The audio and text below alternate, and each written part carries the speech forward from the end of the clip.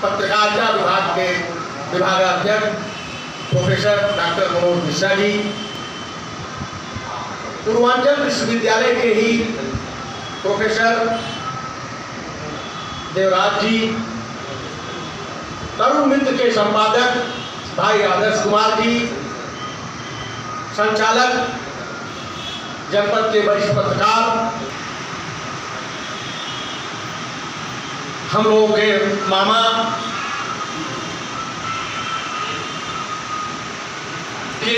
यदुवंशी जी, तरुण मित्र के जिला संवाददाता छत्रपति जी, हमारे नगर के बड़े व्यवसायी, पत्रकारिता में रुख रखने वाले। मुझे लगता है कि पत्रकारिता की शुरुआत थी मेरी कि तरुण मित्र अखबार, जो आज जनपद के प्रदेश के बड़े बड़े अखबार माने जाते हैं, उनके जिला कार्यालयों में शाम को इसका इंतजार किया जाता था। ऐसा समय मैंने देखा है। पत्रकारिता में बड़ा बदलाव आ गया है, संचार क्रांति हुई है। आज सभी अपने को बड़े बड़े कहते हैं, लेकिन तरुण मित्र की वह हैसियत मैंने देखी है कि शाम को छोटी खबरें, क्षेत्र की खबरों को समाचार भेजने के लिए जो बड़े जिले के संवाददाता, जिला प्रमुख, एजेंसी के जो बड़े रिपोर्टर थे, वो तरुण मित्र का इंतजार करते थे। मैं आज स्वर्गीय कैलाशनाथ जी को अब दिल की गहराइयों से याद कर रहा हूँ। वो हमारे अग्रज थे, हमारे यूनियन के संरक्षक थे, और मैं उनका बड़ा मुँह लगा था। थोड़े कम समय से मेरे संबंध प्रगाढ़ हुए, लेकिन उन्होंने, जब से मेरे संबंध हुए, उन्होंने मेरी किसी भी बात को कभी टाला नहीं। शेर को अगर हम किसी व्यक्ति पर बैठकर अगर उसको देखेंगे तो शायद हमारे अखबार के जो संस्थापक हैं स्वर्गीय कैलाशनाथ सिंह जी, उनके ऊपर ये बिल्कुल सटीक बैठता है। एक वक्त ऐसा हुआ करता था कि जब आपको उस दौर में अखबार निकालना मतलब इतना बड़ा काम हुआ करता था कि जिसे हर बड़े से बड़ा पैसे वाला भी हो, लेकिन अगर वो सोचे कि मैं कोई अखबार निकाल लूँ तो शायद संभव नहीं था। क्यों? क्योंकि अखबार निकालने का काम उस समय कोई बिजनेस या मुनाफे के लिए नहीं किया जाता था। अखबार का अपना एक वसूल हुआ करता था, और उस वसूल पे अखबार चला करते थे। उस समय व्यावसायिकता का इतना दौर नहीं था। आज तो आप अखबार निकालेंगे, आपको 10 स्पॉन्सर मिल जाएंगे, आपके 2-4-10 रईस दोस्त हैं, वो आपको फंडिंग कर देंगे। आपके पास तमाम ऐसे चीज़ें हैं जिसकी वजह से आप अखबार महीना, 2 महीना, 4 महीना तो निकाल सकते हैं। लेकिन सोचिए उस दौर में जब संसाधन उतने उच्च नहीं थे, चीज़ें उतनी डेवलप नहीं थी, आपके पास अखबार निकालने का वो विज़न नहीं था। उस दौर में तरुण मित्र ने, जब तरुण मित्र अखबार मार्केट में आया, मार्केट में आने के बाद इसने तमाम तरह की दुश्वारियों को झेला, झंझावतों को झेला। झेलने के बाद उसने एक मुकाम बनाया, एक लोगों के मन में एक विश्वास जगाया कि भाई तरुण मित्र एक ऐसा अखबार है कि अगर इसमें कुछ निकलेगा तो हमारी समस्या सॉल्व हो जाएगी। लेकिन अब तरुण मित्र ये 47 साल की यात्रा के साथ हम लोगों की भी उम्र की जो यात्रा है, उस ज़माने में जो अखबार आते थे,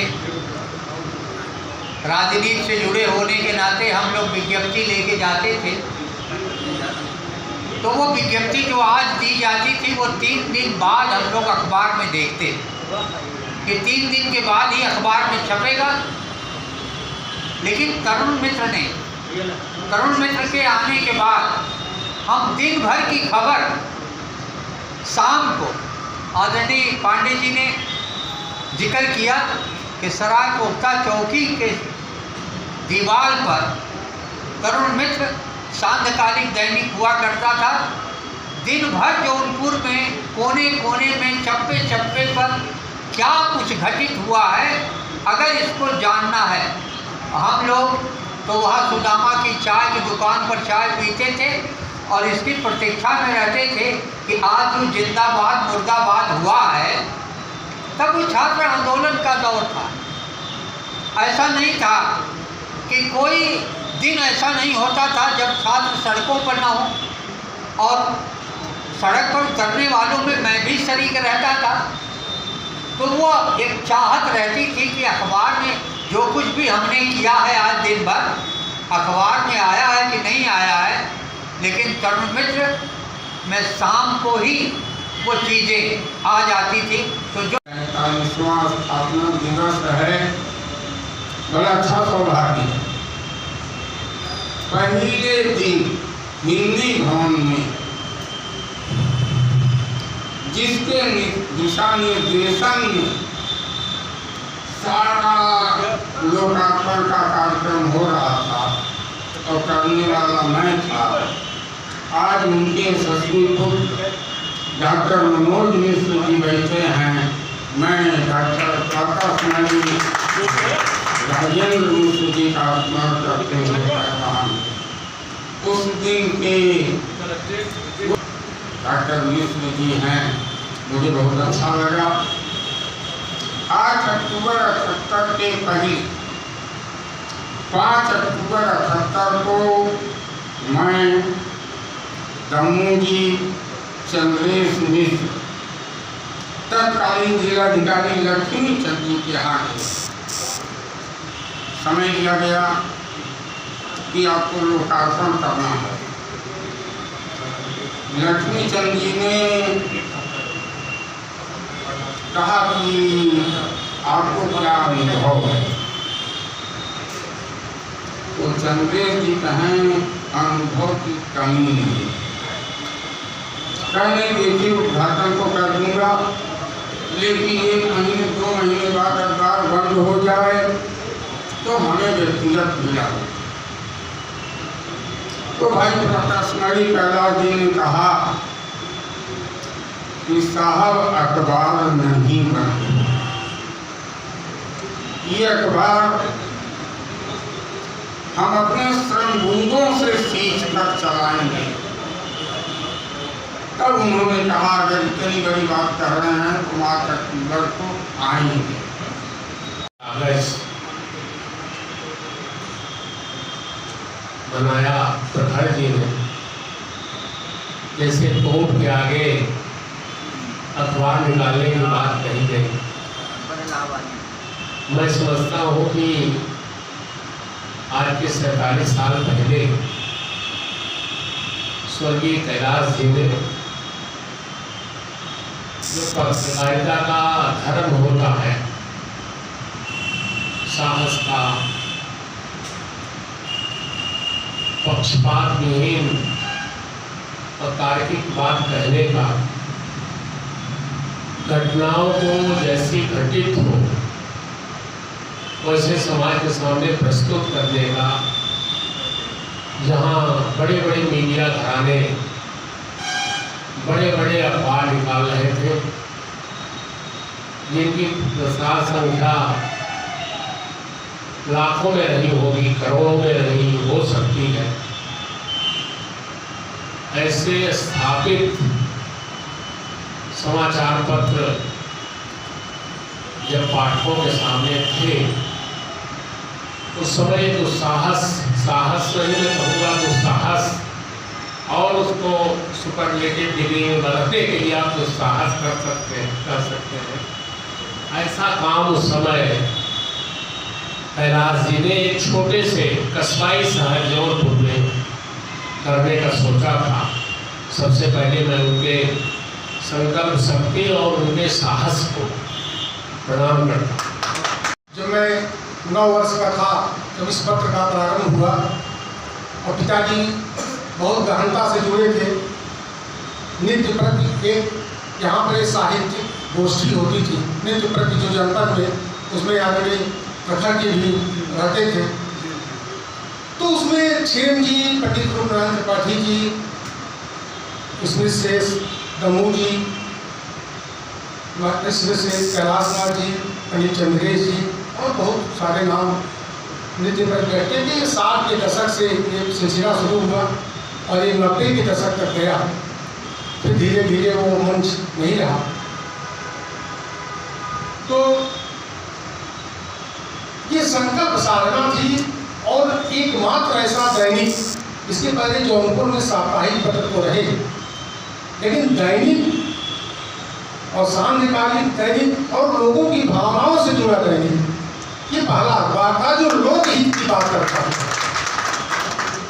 नागरिक पत्रकारिता की पहली शुरुआत तरुण मित्र ने की, जो लोकहित की बात करता था। और आज के दौर में लोकहित की पत्रकारिता मौन लेती जा रही है, ये चिंता का विषय है। तो इसलिए ये महत्वपूर्ण है कि हम और तरुण मित्र को क्या कहें, एक दीपक किरण कण हूं, व्योम के उर में अगाध भरा हुआ है जो अंधेरा, उस तिमिर का नाश करने के लिए मैं ज्वलित कण हूं, एक दीपक किरण कण। 1978 8 अक्टूबर को आवाज देखिए, 5 राज्य 8 संस्करण, ये संकल्प का नतीजा है। ये तरुण मित्र परिवार के सभी सदस्य बधाई के पात्र हैं। इन्होंने इस अखबार को इस बुलंदी तक दिया और स्मृत शेष आदरणीय चाचा जी कैलाशनाथ जी उसके मूल में रहे।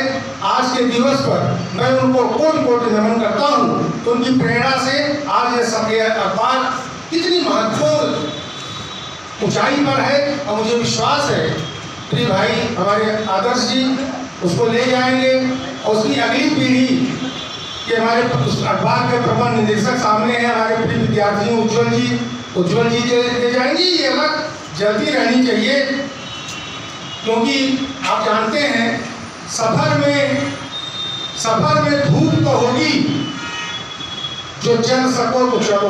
तीजा फाजली का एक बड़ा समकालीन चर्चित रचना है कि सफर में धूप तो होगी, चल सको तो चलो, सभी है भीड़ में, तुम निकल सको तो चलो। आज के जीवन पर के विभिन्न पक्षों को रखा।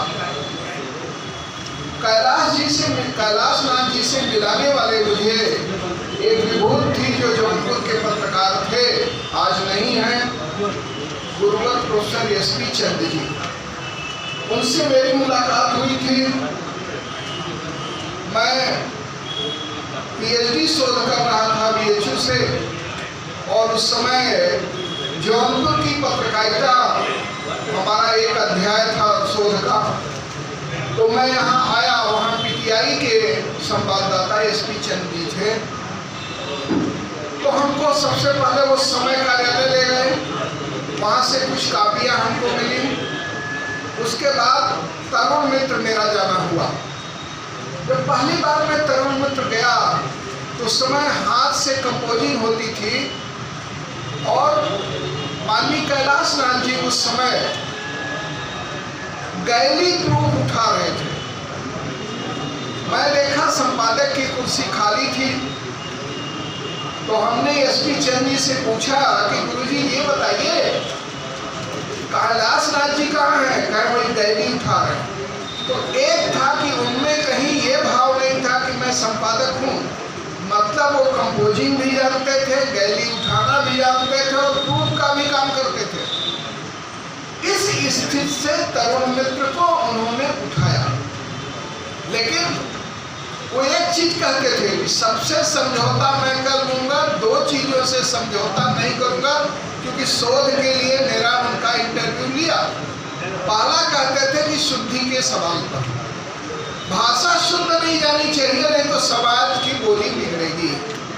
हमको जो उन्होंने कहा कि देखिए, खुद उन्होंने कहा कि मैंने कोई पत्रकारिता पढ़ी नहीं है, और जिस दौर में था वहाँ पत्रकारिता की पढ़ाई नहीं होती, और मैं बहुत विश्वविद्यालय आज से पढ़ा लिखा आदमी हूँ, लेकिन समाज के बीच रहता हूँ, इतना जानता हूँ कि सही क्या है।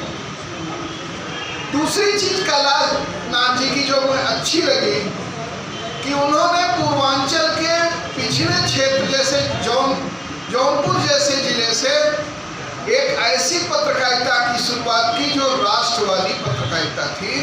और आज हमें खुशी है कि तरुण मित्र परिवार उस राष्ट्रवादी पत्रकारिता की अलख को जगाए हुए।